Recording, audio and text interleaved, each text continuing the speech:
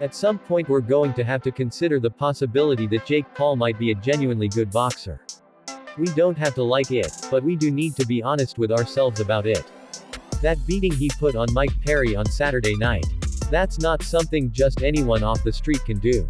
Even with the advantage of being a weight class or two bigger come fight night, you still have to have some legit skill to piece up and put away an experienced fighter like Perry. It's not easy to come to terms with the fact that some Disney kid YouTuber salted Perry away in 6 rounds and made it look easy, but we can't run from reality forever.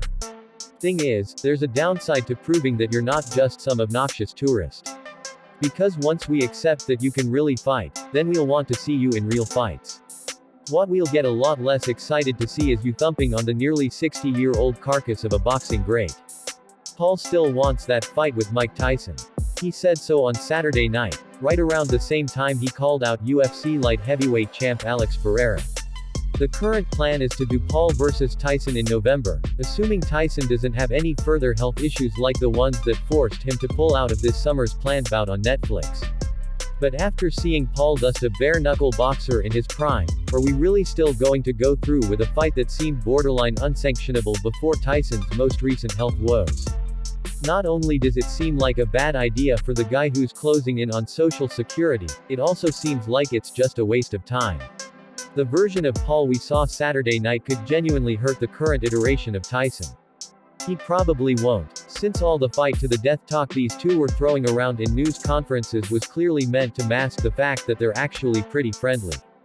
What they'll probably do instead is have a glorified sparring session that makes everyone who watches it feel like the Rube at the carnival, and they'll probably both earn a ton of money in the process. For instance, consider his call-out of Pereira. Obviously, Potin's UFC contract is a huge obstacle to making that fight a reality, but just think about how much more compelling it would be.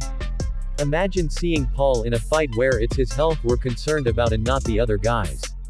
Imagine him being dwarfed by Pereira on the weigh-in stage, then summoning every last ounce of courage as he stands in the ring and watches the UFC champ shoot imaginary arrows at him during his walkout. That would be impressive. It would also be quality entertainment, one way or another. And if we can't get Pereira, we can settle for someone similarly dangerous who doesn't have a UFC-shaped barrier standing between him and the payday. Because one thing we know about Paul is that he's very capable of hyping a fight. The first few years of his career were almost nothing but that, since the fights he picked for himself were intentionally not all that competitive. Now that he's got some actual skills along with the begrudging respect of, at least some of the haters, why not test them for real? The answer, of course, is money. Boxing Tyson will bring in lots of it, in part because Tyson is still the terrifying eater of hearts to a lot of people who remember his glory days and don't know how time works. There's a reason Netflix was interested in that fight but not the Perry one. The Tyson name still has a lot of value, and it's the name more than the man that Paul would really be fighting. Still, we can't think of anything better for him to do. It's fine to spend your days in celebrity influencer style clout fights when that's all you're good for. But once you've shown that you can actually box, it seems like a waste not to do it against other people who are out to prove the same.